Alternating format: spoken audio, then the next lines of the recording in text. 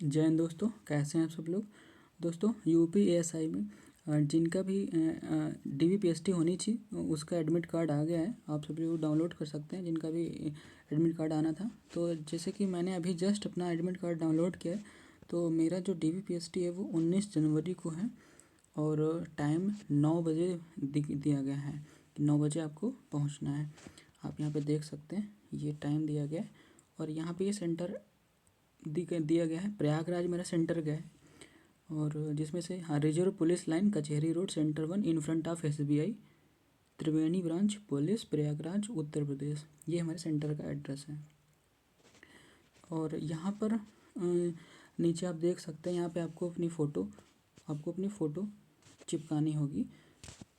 यहाँ पे आपको अपनी फ़ोटो चिपकानी होगी और यहाँ पे आपको अपना नाम लिखना है। यहाँ पे अपने पापा का नाम लिखना है। उसके बाद ये फिल करने के बाद आपको जो है ये एडमिट कार्ड वहाँ पे जमा हो जाएगा।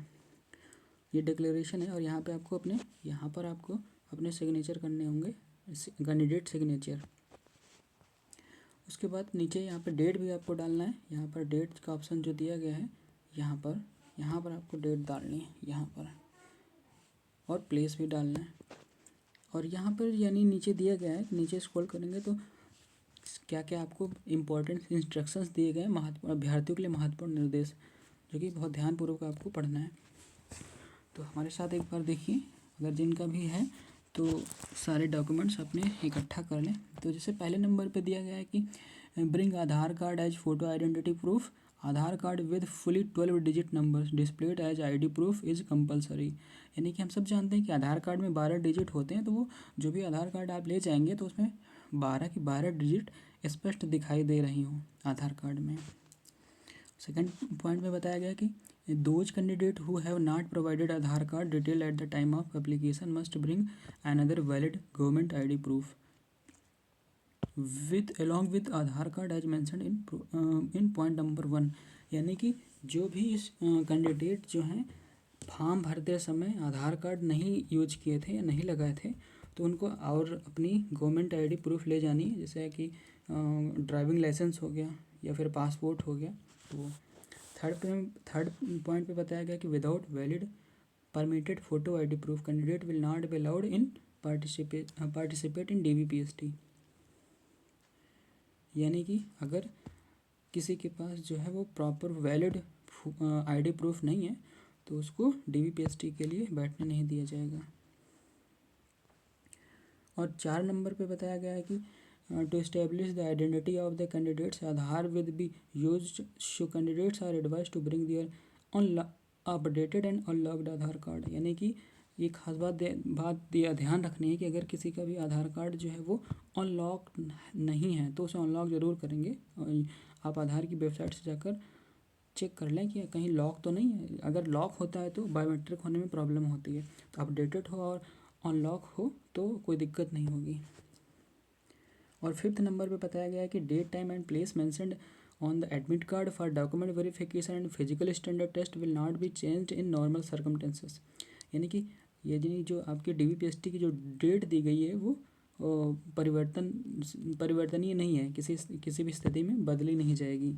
जिस भी डेट की आपकी डीवीपीएसटी होनी है उसी डेट को आपको अपने सेंटर पर हाजिर होना है। और पॉइंट 6 में बताया गया है कि document verification and physical standard test is one of the stages of the recruitment process. Your candidature can be cancelled at any stage if it is found that the candidate do not confirm that the eligibility requirement। हाँ, ये कहने का मतलब ये है कि किसी भी डीवीपीएसटी के दौरान किसी भी चरण पे आपको डिस्क्वालीफाई किया जा सकता है अगर आपने कोई तथ्य छुपाए हैं, कोई झूठी चीज़ दी है, कोई गलत सर्टिफिकेट लगाया है, तो आपका अभ्यर्थन निरस्त कर दिया जाएगा।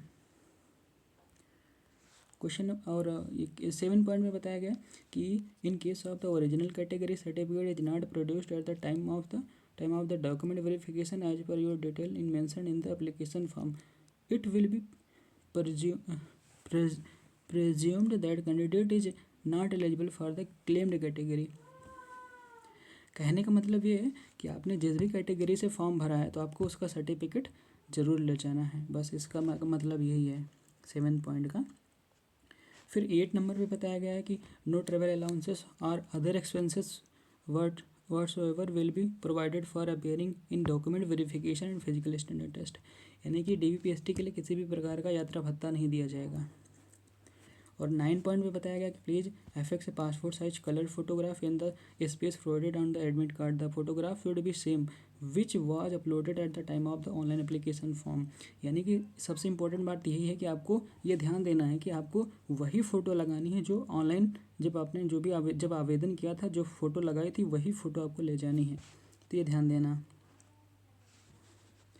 और ये पॉइंट 10 में बताया गया है कि this admit card duly signed by the candidate will be submitted at the time of document verification. यानी ये जो एडमिट कार्ड है ये वहाँ पे साइन करने के पश्चात ये जमा हो जाएगा। और यहाँ पर जो है यहाँ पे नीचे दिया गया है कि अभिलेखों की समीक्षा, तो आवश्यक अभिलेखों की सूची। तो आप देख सकते हैं दोस्तों कि यहाँ पे दिया गया है कि candidate are required to bring print out of these checklist and document as per the checklist. आपको ये डॉक्यूमेंट ज़रूर ले जाने हैं। आप देख सकते हैं, एक बार पढ़ भी सकते हैं। तो यहाँ पे आप देख सकते हैं कौन कौन से आपके पर्सनल डॉक्यूमेंट वहाँ पे चाहिए। तो सबसे पहले तो आपने जो भी फॉर्म फिल किया था जब, तो फॉर्म फिल करते टाइम जो भी आपका रिसीविंग थी एप्लीकेशन जो फॉर्म होगा उसको आपको ले जाना है। Application form, print out of the application form fill at the time of application. आवेदन करते समय भरा गया आवेदन का प्रिंट आउट ले जाना है, ठीक है। उसके बाद पासपोर्ट साइज कलर्ड फोटोग्राफ आपको ले जानी है, यानी 2 कलर फ़ोटो होनी चाहिए। और उसके बाद फ़ोटो आइडेंटिटी प्रूफ में से आपको क्या ले जाना है कि मूल फ़ोटो युक्त पहचान पत्र, आधार हो गया, ड्राइविंग लाइसेंस हो गया, या फिर पासपोर्ट के साथ स्वहस्ताक्षरित मूल पहचान पत्र की छाया प्रति, और इनकी आपको फ़ोटोकॉपी भी ले जानी है। जो भी आपकी आईडी प्रूफ होगी उसकी फ़ोटोकॉपी भी ले जानी है। तो ये ध्यान देना है आपको, ठीक है। और फिर उसके बाद बात करते हैं नीचे कि एजुकेशनल जो भी अपने सर्टिफिकेट्स लगाए थे उनकी बात करते हैं। तो यहाँ पे आप देख सकते हैं हाई स्कूल की आपको हाई स्कूल का जो भी आपके सर्टिफिकेट होगा, ठीक है, वो ले जाना है आपको। Original marksheet along with its photocopy signed by the candidate. आपको ओरिजिनल मार्कशीट ले जानी है और उसकी फ़ोटोकॉपी भी ले जानी है, और फोटोकॉपी पे आपको साइन करना है अपने। और इंटरमीडिएट का भी ऐसे ले जानी है। इंटरमीडिएट की जो आपकी मार्कशीट होगी और सर्टिफिकेट अगर है तो वो भी ले जाना है, और उसकी फ़ोटोकॉपी भी ले जानी है, ठीक है। और उसके बाद क्या दिया गया है कि आप नीचे आएंगे तो देखेंगे यहाँ पे दिया गया है कि अलग अलग पोस्ट के अकॉर्डिंग यहाँ पे दिया गया कि क्या क्या है। तो यहाँ पे सबसे पहले दिया गया है post of SI confidential and ASI ministerial के लिए क्या क्या ग्रेजुएशन की जो बात की गई है कि ग्रेजुएशन की मार्कशीट या फिर जो भी इक्विवेलेंट है डिग्री उसको आपको ले जाना है। तो यहाँ पे आप देख सकते हैं कि दिया गया है कि ये देखिए कि graduation original marksheet along with its photocopy signed by the candidate, original certificate along with photocopy signed by the candidate. आपको मार्कशीट की फ़ोटोकॉपी मार्कशीट ले जानी है ओरिजिनल, और उसकी फ़ोटोकॉपी भी ले जानी है, और फ़ोटोकॉपी पे आपको अपने हस्ताक्षर करने भी हैं। और ओ लेवल का अगर आपका सर्टिफिकेट है तो आप वो ले जाएंगे। यहाँ पे देखिए दिया गया है कि ओ लेवल सर्टिफिकेट और इक्विवेलेंट्स, अगर ओ लेवल है तो ओ लेवल सर्टिफिकेट ले जाएंगे, या फिर कोई इक्विवेलेंट है ओ लेवल के तो वो आप ले जाएंगे, और उसकी फ़ोटोकॉपी भी आपको ले जाना है। यानी कि हर एक डॉक्यूमेंट की जो भी आपका ओरिजिनल है उसकी फ़ोटोकॉपी भी ले जानी है, और फ़ोटोकॉपी पर आपको अपने हस्ताक्षर भी करने हैं। और उसके बाद देखो नीचे दिया गया है कि for the post of ASI accounts के लिए वैसे ही इसमें BCom या PG डिप्लोमा इन अकाउंटेंसी जो या फिर इक्विवेलेंट कोई है तो वो भी आपको उसकी मार्कशीट ले जानी है, और उसकी फ़ोटोकॉपी और फ़ोटोकॉपी आपको साइन करने हैं। और सेम वही चीज़ ओ लेवल की डिग्री है या फिर ओ लेवल की इक्विवेलेंट कोई डिग्री है तो वो ले जाना है। नीचे चलते हैं तो यहाँ पर कुछ जो अधिमानी यानी कि प्रेफरेंशियल क्वालिफिकेशन है उनकी बात कर लेते हैं।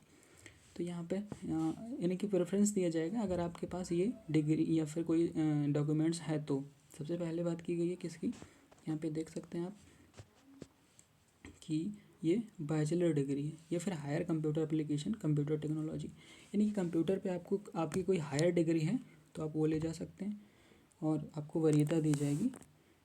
और उसके बाद है ये बैचलर डिग्री या फिर यानी कि इन लॉ यानी LLB की अगर डिग्री है तो आप वो ले जा सकते हैं। और ये क्या टेरिटोरियल आर्मी सर्टिफिकेट अगर आपके पास है तो वो आप ले जा सकते हैं, ठीक है। और जो भी डॉक्यूमेंट ले जाना है ये टिप्पणी कमेंट में नीचे इधर ही दिया गया बताया गया है कि जो भी आपको यानी ले जाना है उसकी फ़ोटो कॉपी भी ले जानी है, ठीक है। आप इधर देख सकते हैं अगर ओरिजिनल ले जा रहे हैं तो उसको फ़ोटो कॉपी और उस फोटो कॉपी अपने साइन ज़रूर करने हैं। और अगर NCC यहाँ पे NCC का आपके पास सर्टिफिकेट है तो आप वो ले जाएंगे और उसकी फ़ोटो कॉपी भी ले जानी है, ठीक है। तो नीचे चलते हैं और क्या है, ख़त्म है या कुछ और है। हाँ, यहाँ पर बताया गया कि domicile category document as uploaded in online application form, यानी आपको यानी जी डोमिसाइल यानी कि आपका जो निवास है या फिर श्रेणी यानी कैटेगरी प्रमाण पत्र जो भी आपने जैसा ऑनलाइन फॉर्म फिल करते टाइम अपलोड किया था वही सेम ले जाना है। तो यहाँ पे आप देख सकते हैं कि SC का है, अगर आप SC से हैं तो यहाँ पे दिया गया है कि original category certificate in the prescribed format आपको पता ही होगा, आपके जो यानी कि जो नोटिफिकेशन जारी हुआ था उसमें सारे फॉर्मेट हर एक कैटेगरी का अलग अलग नीचे दिए गए थे, तो उसके अकॉर्डिंग आपको ले जाना है। मूल श्रेणी का प्रमाण पत्र जो है के साथ स्वहस्ताक्षरित श्रेणी प्रमाण पत्र की छाया प्रति, यानी कि हर एक डॉक्यूमेंट जो आपका ओरिजिनल होगा साथ में उसकी फ़ोटो कॉपी, और उसमें फ़ोटो कॉपी में आपको अपने सेल्फ असिस्टेड करना है यानी कि अपने हस्ताक्षर करने हैं। ऐसे ही हर एक का ST का दिया गया है, OBC NCL नॉन क्रीमी का दिया गया है, AWS का दिया गया है। तो ऐसे आप देख सकते हैं जो भी सर्टिफिकेट्स हैं यहाँ पर उनको ले जाना है आपको। और ये ध्यान देना है कि जो फॉर्म यानी कि आप अगर कैटेगरी का दावा कर रहे हैं तो वो होना चाहिए और तभी आपको उसका लाभ मिलेगा, और वही होना चाहिए उसी टाइम का जो कि आपने फॉर्म फिल करते टाइम अपलोड किया था, ये ध्यान देने वाली बात है। और यहाँ पे नीचे अगर आप उत्तर प्रदेश के निवासी हैं निवास प्रमाण पत्र वो भी आपको ले जाना है, ठीक है, और उसकी फ़ोटो कॉपी भी ले जानी है। और अगर आप UP गवर्नमेंट एम्प्लॉई हैं तो वो आप ले जा सकते हैं और उसकी फ़ोटो कॉपी भी ले जाना है।